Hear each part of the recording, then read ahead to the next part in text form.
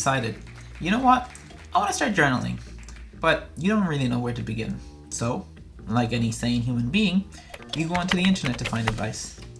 But once you start researching, you find out that there is so much on the internet and you find yourself overwhelmed by all the advice. Some people say make a health journal, others a gratitude journal, some people say a mental health journal, some say a bullet journal, creative journal, scrap journal, travel journal, food journal, fitness journal. You eventually get so fed up and you've seen so much information that you feel overwhelmed and you just give up because you don't even know what you want to journal anymore. The truth is, this is a common challenge with being on the internet nowadays, and it's not just for journaling. And if I'm being completely honest with you, I had the exact same struggle when I went to start journaling. Luckily for me, my parents create and sell journals online. While this didn't help with the choice overwhelm, it did help me try out a bunch of different things and see what worked for me. And from doing that, I kind of figured out my own way of journaling, one that kind of suited my needs, and it might also suit your needs. Okay, before I get into exactly what the journal looks like and how you use it, I kind of want to explain who the journal will be beneficial for. So this journal will be beneficial for people who want to monitor their general health, people who want to keep track of what they eat, people who want to include a little bit of gratefulness into their life, people who want to keep note of what they learn, practice, mistakes they make, while also having the space to include daily motivational quotes, and people who want to do all of this in a journal that only takes 10 minutes of your time each day. Sound good? Alright, let's get into it then. Okay, so this is a general layout of the journal. Don't get caught up on the boxes and everything. If you don't have them, you can use pretty much any copy that you have at home, and I will show you more on that at the end of the video. But for now, let's talk about what I have here. So as you can see, there are different sections in each of the corners, and each section, each day will have 1 to 2 lines. So up here and up here, you'll see that each day has 1 line, whereas here and here, each day has 2 lines. And this is just something that has developed over time, and also kind of based on what I had was this. So I worked with what I had, and this is the kind of layout it had. So the ones that have 2 lines often have more to write about, so that's why they're there. The second half of this, and this is completely optional, is this part, which is, you know, your drawing, your little doodle at the end of the day. And here you're learning your quotes, your questions, your practice. And again, this can also be done with a regular copy, and we'll show that towards the end. So I know when you look at it in all at the end of the week, it might seem a little overwhelming, but don't feel overwhelmed. We're going to go through each section individually, each of these 6 sections, and then hopefully by the end of it you'll know exactly how to do this, and you won't feel so overwhelmed looking at everything here. And actually, just to show you real quickly, this is my current week's one, so you'll see the date that I'm around where I'm recording this. And this is obviously Monday, so I put in the 1 line, the 2 lines, the 2 lines, the 1 line, and then as you go, you'll add the days in. I'm using my 4-color pen. As I've run out of the black and blue one, I've just switched to red and green. And again, just do your little sections one by one, and by the end of the week, it will look something like this. But first things first, the title, date, basically, I just put it at the top. This just helps you keep track of what day it is, and if you want to go back to it and read it, you'll know, oh, it was this week, and then you can figure out what the days are without having to pull out a calendar and go, oh, this was 1700 weeks ago, and I have to find out what happened on this day. So having that at the top is always handy. Now, section 1, as you can see, each day has 1 line. I like to call this section weight. You can consider it your health or fitness section.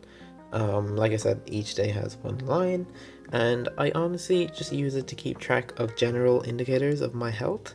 So I have poop, exercise, am I going every day, am I exercising every day, you know, what my weight is. And then this is really helpful in relation to the next section, but we'll get to that when we get to that.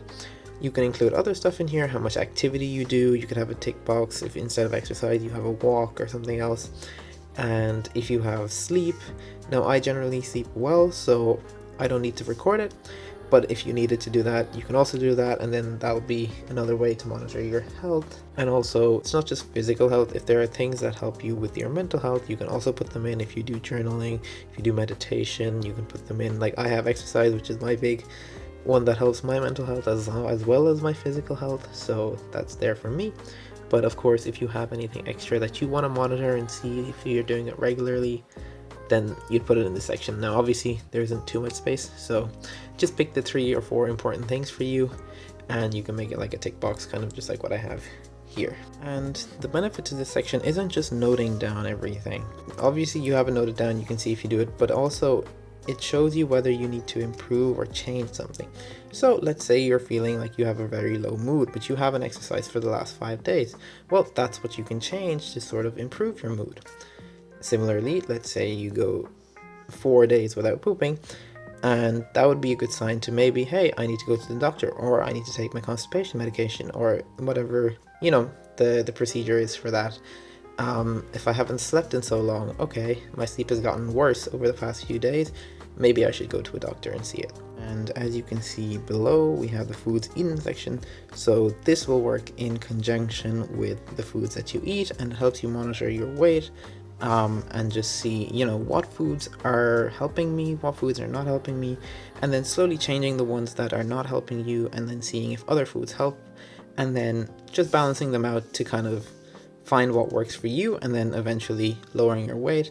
And if it goes up, that's okay, just observing it and then slowly working back down to whatever weight you want or whatever weight you're comfortable with. And if you don't have a specific goal in mind, then it's just good to keep track of and seeing what foods actually impact your weight a lot and which ones don't. And these might be different for everyone depending on their, you know, digestive system and I guess their metabolism and whatnot. It'll be a good time to segue into the next section, section 2, which is foods eaten. This is a pretty straightforward enough section. You pretty much just write down the foods that you've eaten throughout the day, and each day has 2 lines because you do eat a lot of food even when you're not trying. So just to give yourself the space to write it down, you know, you have your breakfast, your lunch, your dinner, and then any snacks in between. You don't need to go into too much detail. You don't need to be like specifically 200 grams of rice and whatever. If you'd like to, you obviously can. You'll need more space than 2 lines. But if I tend to eat a lot of something, or something more than an average portion size, or something more than my average portion size, what I'll write is lots. So nuggets, lots. More than what I would normally eat, so at least I know that, okay, my portion looks this big, I ate more than that portion, so I had lots of it. And that way it also helps you keep track of, you know, maybe it's that you're eating the right foods, but you're eating too much of them or too little of them, and you can go from there. Like I mentioned previously, it helps you monitor your diet and your snacking and your nutrients. You know, if your weight goes up one day, you know why, because you've eaten something there. If your weight goes down another day, you know why. Maybe you did some activity up there and then your food intake was lower. I found it really helpful to identify the foods that are increasing my body weight and the ones that suit my body to lose weight. For example, a certain type of yogurt was really helpful when I was trying to lose weight or like to cut a little. And for some reason it was just this specific yogurt. I don't know what they had in it. It might not be healthy, but it was just good to notice. I don't eat too much of it now, but it was just good to know that, okay, that specific food, when I had it, my weight did go down and nothing else changed. Because a lot of times it could be that, you know, your breakfast and your lunch are quite similar, so they don't change, but what you might change is the snacks that you have in the middle, and then ta-da, those snacks are what are making the difference. And I guess the final benefit to this section is that you can kind of have a glance at it, read through it at the end of the week, and get a look at what nutrients you're getting plenty of and which ones you're not getting plenty of, and then you can obviously make adjustments accordingly. Of course, you'll need some information on nutrition and some knowledge on it, but I'm pretty sure most people have that knowledge, or they will have had gotten it in school, or they can look it up on YouTube. So if you have that knowledge, it would be nice to just have a look at this and see, you know, what can I change, what can I make better. And it doesn't need to be every week, but just have a look at it and say, oh look, I'm eating a lot of this, maybe I could change that with, you know, more iron or more something wherever. Okay, section 3. This is my favorite section, and honestly I just put on those tapes because I know I put in some stuff related to work there, and I know the people at work might get upset or offended if they were known that they were mentioned in my diary, which was put on a YouTube video. So I just covered it up so that it's not seen. But this is your daily highlight section. So it is the gratitude part, but it's more than just the gratitude part. You know, it's our highlights and our lowlights. I'm kind of too lazy to write it, but it's kind of notable events that happen that day, things that are unique to that day. So you put in the good things that happen, but also the bad things that happen and the stuff that you're not so happy about, or that, you know, had, like, you know, that were considerable, like Trump becoming the president of America again, for example. It's not such a great thing for me, or it doesn't really make a difference for me, but it is unique about that day. And yeah, I think that's helpful because it's good to know, you know, if, okay, you have a low mood for the past 5 days and maybe you've done all your exercise, so maybe there's something here, maybe there's a lot of sad stuff happening here that might be impacting it. So it's just good to keep track of it, and then you can look back on it and reflect on it, and you'll know what's up. And there's 2 lines for this, and you might be wondering, how the hell do you get 2 lines every day of unique stuff? And I'm telling you, you will be very, very surprised how easy it is to find new stuff every day. You're always doing something new, something different, be it better or worse. And actually 2 lines is often not enough. I'm just trying to squeeze all of it in one day, so in 2 lines. So 2 lines works for now. On certain times I am squeezing a lot of the text into one day, or the 2 lines, and I kind of wish I had more space. But you know, 2 lines is fair. Maybe a lot of people have days where, you know, not much happens, not much new happens, not much changes, but you know, you can always put stuff down. And of course, in this section, it doesn't have to be something that's completely unique. You know, it can be something that you enjoy. So, for example, having a PlayStation party chat, playing a video game with your friends. I do that every day.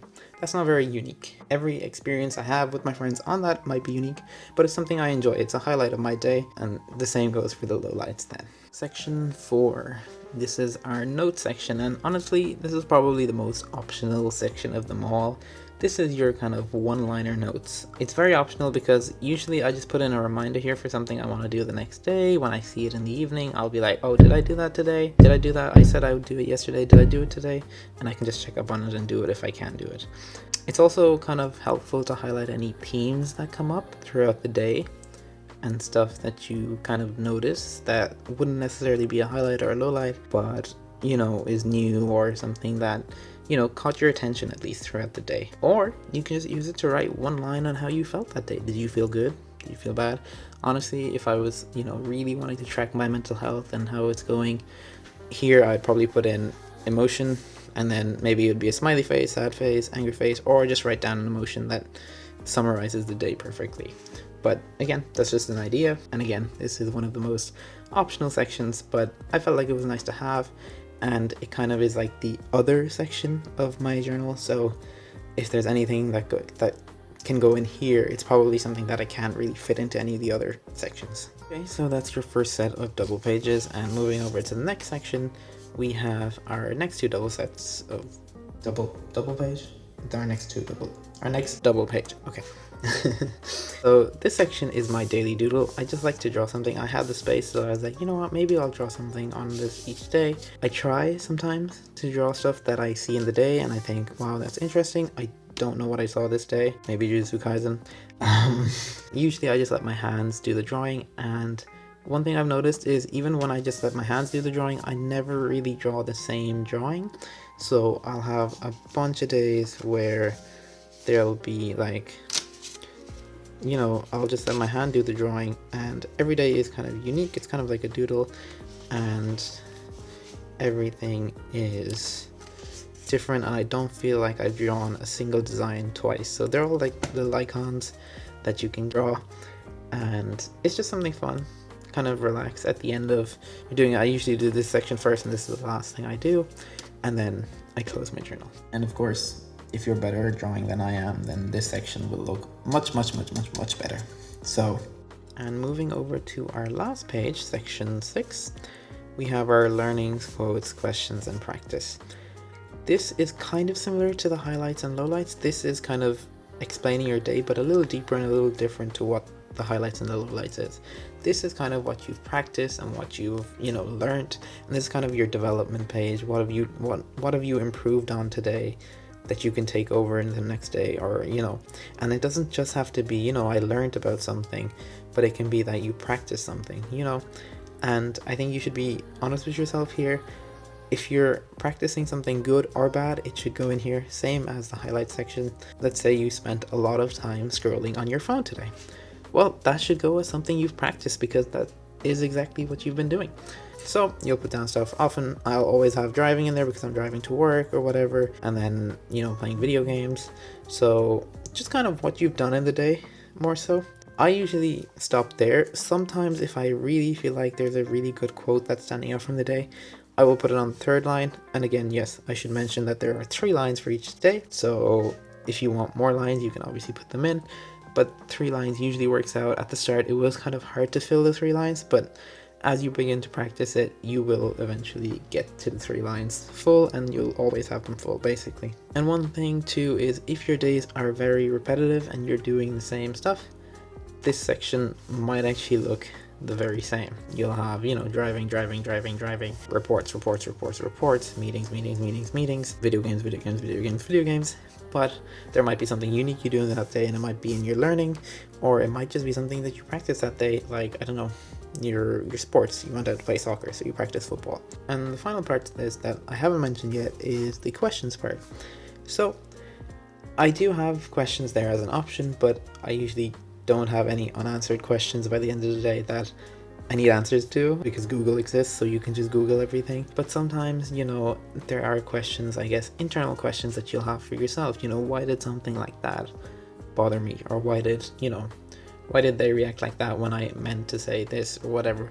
And those are the questions that you can put in here and be like, okay, well, I'm gonna think about this later. And also, one thing that this helps is, especially if you're doing it before bed, if there's something you're overthinking about, or you have a question like, oh, what if that happens? You can often write it down, and then just by simply writing it down, you'll have taken it out of your mind, and it will help you with your sleep, because it won't be logging around in your mind, and you can just hopefully relax and go to bed. And I guess the main purpose of this section is to keep you accountable, and it's not just that, oh, I'm learning this, I'm driving, I'm practicing this, I'm doing whatever, but it's actually to keep you accountable. If you're doing the same stuff every day, you'll see that, oh, I've done this every day, maybe I need to practice something else, or maybe I need to learn something else, or maybe, I need to change up my day in some way. And that's how it will keep you accountable, because you'll notice what's happening all the time, and then you can change it to make it better however you see fit. Also, it can be worth noting that if you're someone who wants some motivation from their journal, or you want to include a motivational quote each day to keep you going, keep you fired up, you have space to put it here. The third line is always good. If you want to add more lines for it, absolutely. You can add it here. You can replace some of the practice, or do it very briefly, and then leave 1 line to practice, leave 1 line to learning, leave 1 line to your question or your quote. You can also put your quote in here if you want. You just have space for it. You can play around with it and work with whatever works best for you. So there you have it. Now, how do I use the journal? So every Monday comes around, and I usually set up my journal for the week on the Mondays. It usually takes 5 minutes more. At the start, when you start, it might feel like it takes longer and you're getting used to everything. But once you're used to it, it takes no more than 5 minutes. And basically, I just put in the titles in all of the sections, and I put in Monday in a different color pen, and then I start writing for Monday. It takes 5 minutes longer, and then you put in the rest of the days as you go and as you use up the lines. In general, every day, it's kind of part of my unwinding and my bedtime routine. So I'll kind of do everything, I'll brush my teeth, then I'll sit down and I'll start journaling. And at that time, I'll kind of reflect on what my day was like, and I'll do it as I'm writing in my journal.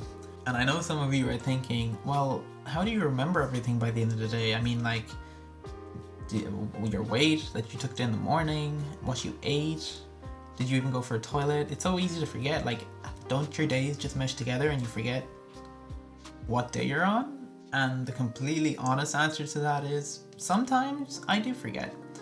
But that is really, really, really uncommon. It's actually quite easy to remember what happened in your day because it's not too long away. And especially with practice, it gets much easier over time. You'll be able to remember it as you go. And it actually improves your memory because you actually go through your day thinking, oh, I need to remember this for later when I'm writing in my journal. So for example, when I take my weight in the morning, I'll note it in my head. I won't write it down or anything. You can write it down on your phone if you want to save that. But I kind of practice my memory and kind of keep my memory fresh by having to remember something at the end of the day. And one thing that kind of helps me remember it at the evening is kind of what it is in relation to my weight yesterday. So if, let's say, my weight is 65 kilograms today, but tomorrow it's 64.8. So I know it's 200 grams less than what it was yesterday. So when I wake up and I weigh myself and I'm like, oh, that's 200 grams less than yesterday.